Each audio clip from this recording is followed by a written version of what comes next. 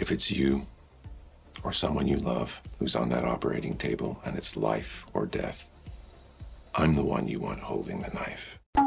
Hey guys, welcome back to my channel।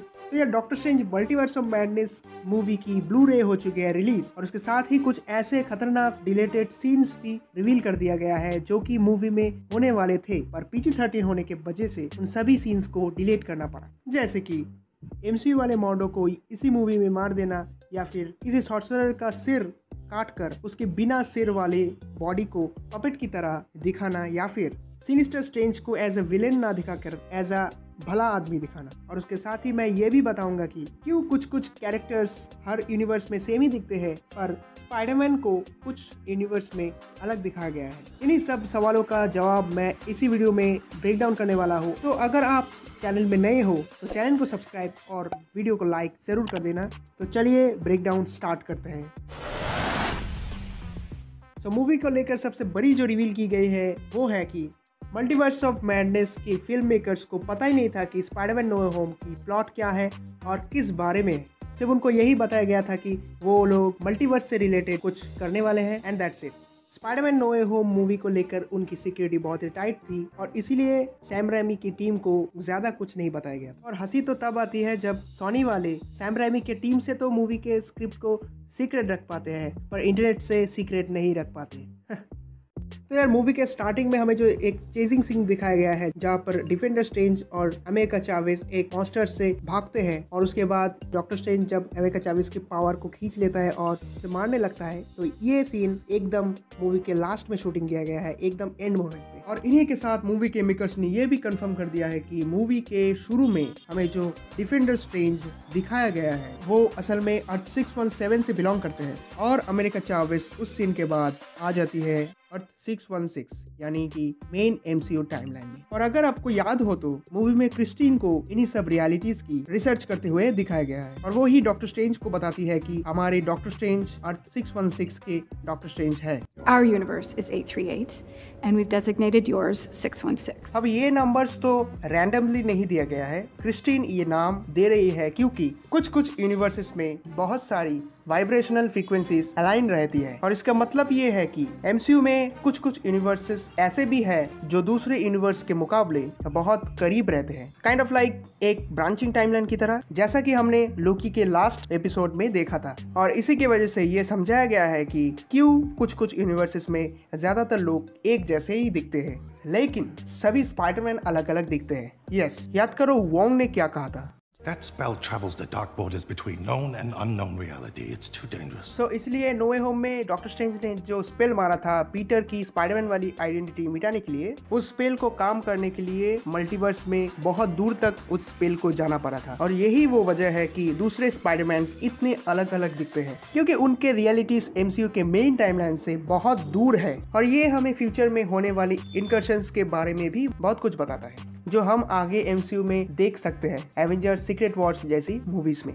इनकर्शंस, हाँ, और comics में इनकर्शंस तब होता है जब दो यूनिवर्सेस आपस में कोलाइड होने लगते हैं, और इसका मतलब ये है कि MCU वाले यूनिवर्स से कोलाइड करने वाला पहला यूनिवर्स होगा अर्थ 617 का डिफेंडर स्ट्रेंज वाला यूनिवर्स। और अब इसका मतलब ये भी है कि अमेरिका चावेज की जो पावर्स है वो पूरे तरीके से रैंडमली काम नहीं करते हैं, वो एक्चुअली में एक सीक्वेंशियल ऑर्डर में यूनिवर्सेस में ट्रैवल करती है, कम से कम जब तक वो अपने पावर्स को कंट्रोल करना नहीं सीख जाती। इसका मतलब अमेरिका और स्ट्रेंज ने अर्थ 838 तक पहुंचने के लिए 221 यूनिवर्सेस से होकर गुजरना पड़ा था। और मूवी में हमें गिने चुने 5 से 6 यूनिवर्सेस दिखाया गया है, और वो भी 5 से 10 सेकेंड्स के अंदर।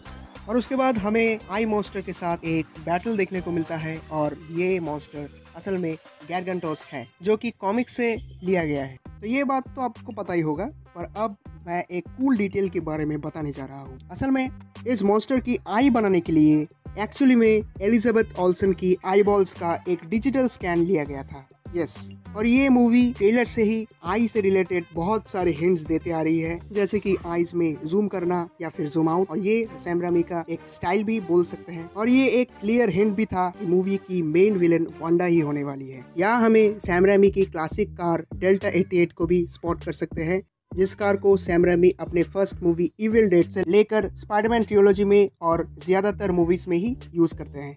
और इस कार की रेफरेंस हमें मूवी के एक और जगह पे भी मिला था, एक टॉय के रूप में। डॉक्टर स्ट्रेंज की हर एक हैंड मूवमेंट्स को स्पेसिफिकली कोरियोग्राफ किया जाता है, हर एक स्पेल के अकॉर्डिंग। जस्ट लाइक इस सिंबल का मतलब है लेविटेशन। और इस सीन को ओरिजिनली इंग्लैंड पे शूट किया जाने वाला था स्प्रिंग्स के मौसम में, पर लॉकडाउन की वजह से ये हो नहीं पाया और प्रोडक्शन टीम को फेक स्प्रिंग्स का सीजन मारना पड़ा। फिल्म मेकर्स ने एक डिलेटेड ओपनिंग सीन के बारे में भी बोला है, जहां एमसीयू वाला मॉर्डो वांडा की पावर्स छीनने के लिए जाता है और वांडा मॉर्डो का सर धड़ से अलग कर देता है। और वो हेड असल में इन्हीं एप्पल क्रिएट्स में होने वाला था। मूवी के पहले स्क्रिप्ट में वांडा शुरू से ही इविल नहीं होने वाली थी, वो एकदम लास्ट में जाकर इविल होने वाली थी। और मूवी के मेकर्स को लगा कि इविल वांडा ज्यादा बेटर रहेगी, इसलिए ये आइडिया भी ड्रॉप करके इविल वांडा को ही पूरे फिल्म में दिखाया गया। और ये डिसीजन बहुत ही बढ़िया था। और फिर उसके बाद मूवी में वोंग की एक लव स्टोरी भी दिखाया जाने वाला था इस वुमेन के साथ, और ये हमें लगा भी था इस वाले सीन को देखकर।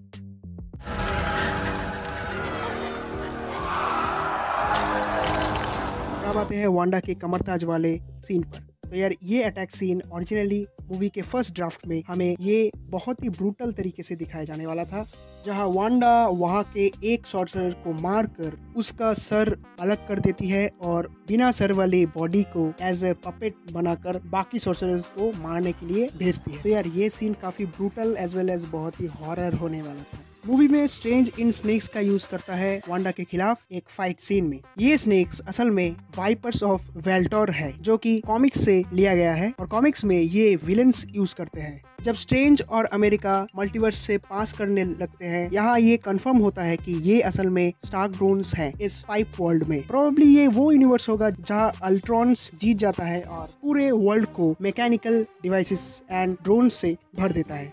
और यहाँ ये भी कंफर्म होता है कि ये सैवेज लैंड है, ये एक हिडन जंगल है जो कि अंटार्कटिका में है और ये डायनासोर से भरे हुए हैं। 838 मॉर्डो यहाँ स्ट्रेंज को चाय में कुछ मिलाकर बेहोश करके उसकी पावर्स छीनने की कोशिश करता है सैंड्स ऑफ निशांति की हेल्प से। अब ये एक ऐसा डस्ट है जो कि सॉर्सरर्स की पावर्स छीनने में यूज होता है, जो कि कॉमिक्स में निक वेस्ट नाम का एक कैरेक्टर यूज करता है। और निक वेस्ट नाम का कैरेक्टर हमें मूवी के शुरू में ही दिखाया जाता है। Doctor strange, Dr. West. तो अब बात करते हैं मूवी के इल्यूमिनाटी ग्रुप के कुछ फन न्यू फैक्ट्स के बारे में। मूवी में पहले रीड रिचर्ड्स को कास्ट नहीं किया गया था, बाद में केविन फाइगी आकर फैंस के डिमांड पर रीड रिचर्ड्स को कास्ट करते हैं। और यहाँ पर ही मेकर्स ने ये भी कंफर्म किया है कि ये डॉक्टर डूम का वही टाइम प्लॉट है और ये डॉक्टर डूम की फर्स्ट अपीयरेंस है एमसीयू में।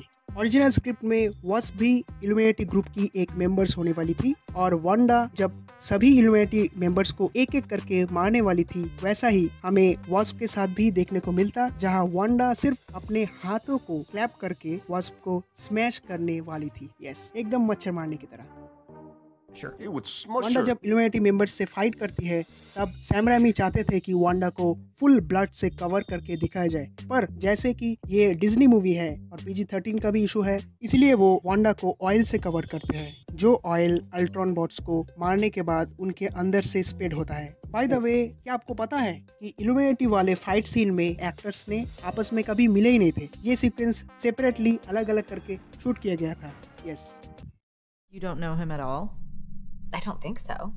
No, I've never met him. और उसके बाद हमें दिखता है हमारे doctor strange evil sinister strange से मिलते हैं, बट ओरिजिनल स्क्रिप्ट में स्ट्रेंज का ये वाला वेरिएंट असल में बहुत ही अच्छा आदमी दिखाया जाने वाला था और इनका नाम भी सिनिस्टर स्ट्रेंज ना होकर मेलविन स्ट्रेंज होने वाला था। तो यार I love the ending of this movie, but originally movie की एंडिंग बहुत ही कॉम्प्लिकेटेड होने वाली थी, जहां हमें ये पता लगता कि मूवी के शुरू से हमें जो डॉक्टर स्ट्रेंज दिखाया गया है अर्थ 616 का, वो असल में हमारे वाले डॉक्टर स्ट्रेंज थे ही नहीं, वो तो असल में सिनिस्टर स्ट्रेंज थे, जो कि अपने यूनिवर्स के इनकर्शन से बचने के लिए हमारे डॉक्टर स्ट्रेंज के यूनिवर्स में आकर नाटक कर रहे थे। और ये अगर कर देते ना, तो यार मूवी बहुत ही अनएक्सपेक्टेड हो जाती। तो यार ये था मेरा ब्रेकडाउन, और तुमने अगर कोई डिटेल ऑब्जर्व किया है जो मुझसे मिस हो गई हो तो मुझे कमेंट्स में जरूर बताना। थैंक यू यहाँ तक देखने के लिए। तो यार मैं मिलता हूँ आपसे अगले वीडियो में, तब तक के लिए बाय बाय।